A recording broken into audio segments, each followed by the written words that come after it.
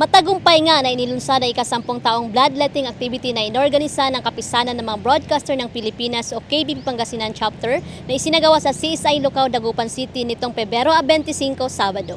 Ang bloodletting activity na may temang Dugo Mo, Dugtong Buhay Ko ay naisagawa sa pamamagitan ng pagsanib puwersa ng mga miyembro ng KBP Pangasinan Chapter, Dagupan LGU, Region 1 Medical Center R1MC, Regional Organization of Nutrition Development Advocates o RONDA 1, National Nutrition Council o NNC Region 1 at ng CSI The City Mall, Lucao, Dagupan City. Nagpaabot ng pasasalamat si KBP Pangasinan Chapter Chairman J. Miguel Mendoza, Station Manager ng DZRD 981 Sunshine Radio Dagupan, sa lahat ng sumuporta sa bloodletting activity upang ito'y maging matagumpay. Congratulations sa KBP Pangasinan Chapter sa successful na Dugo Mo, Dugtong Buhay Ko.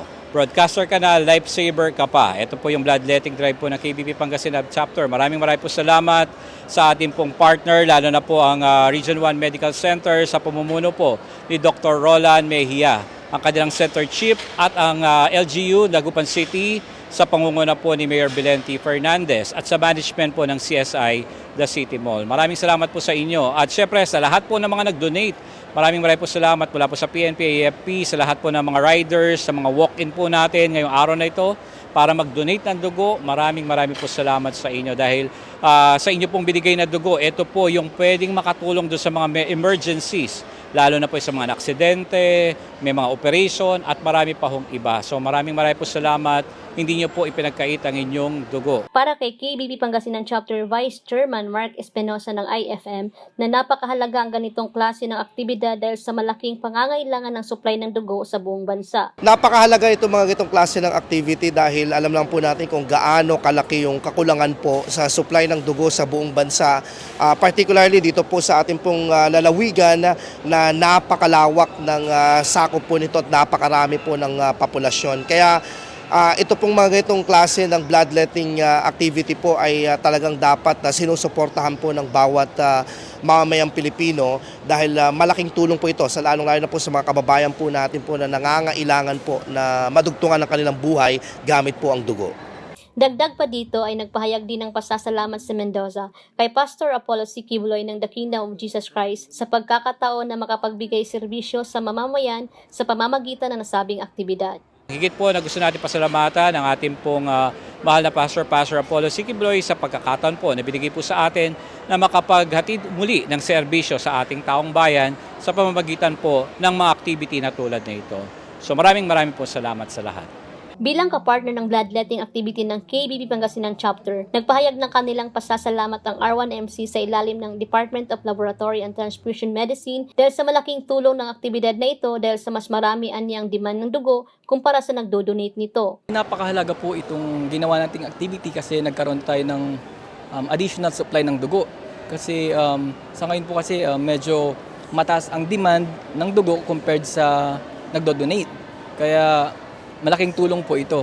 Marami kasi sa mga pasyente natin na nangangailangan ng dugo ay minsan hindi na sila nasasalinan.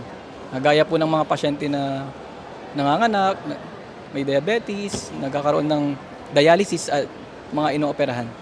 Umabot sa halos 14,000 ml o mahigit sa 30 bags ng dugo ang nakolekta ng R1MC sa ilalim ng Department of Laboratory and Transfusion Medicine sa Dugo Mo, Dugtong Buhay Ko, bloodletting activity ng KBP Pangasinan Chapter. Para sa mga donors, malaking bagay sa kanila ang pag-donate ng dugo dahil sa bukod sa nalilinisan ng kanilang dugo, ay nakapagbigay pa sila ng tulong sa mga nangangailangan nito. Gusto ko rin magpasalamat sa opportunity na tumulong KBP, kay Mayor Fernandez, sa mga organizers dito, sa mga staff. Malaking bagay po sa amin. Mayroong opportunity. Mga bloodlettings po na ito is highly supported po ang Philippine Army. Giving is part of life and giving is everything. Giving should be unconditional. It would always be, should always have helping hands. Always open tayo. Si Brendalyn Flores Abalos, residente ng Lucao, Dagupan City at first time na nakapag-donate ng dugo, ay nais na makatulong sa kapwa na nangangailangan ng supply ng dugo. Gusto ko pong makatulong din po sa ibang tao po. Masaya po kasi maibabahagi ko yung yung dugo ko sa makakatutong ng buhay ng ibang tao. Sa mga ano po natatakot po na mag-donate, wag po kayong mangamba kasi wala pong maramdaman or kundi mas magaan po sa pakiramdam na makatulong po tayo sa ibang tao sa pamamagitan po ng pag-donate ng dugo. Iba't ibang ahensya, grupo at individual naman ang voluntaryo nagbigay ng dugo mula sa hanay ng PNP Pangasinan, mga sundalo sa Camp Abat Manawag, guardians, poso, mga riders at marami pang iba. Para sa Pilipinas Kung Mahal, Sheila Balog, SM9 News, North Luzon.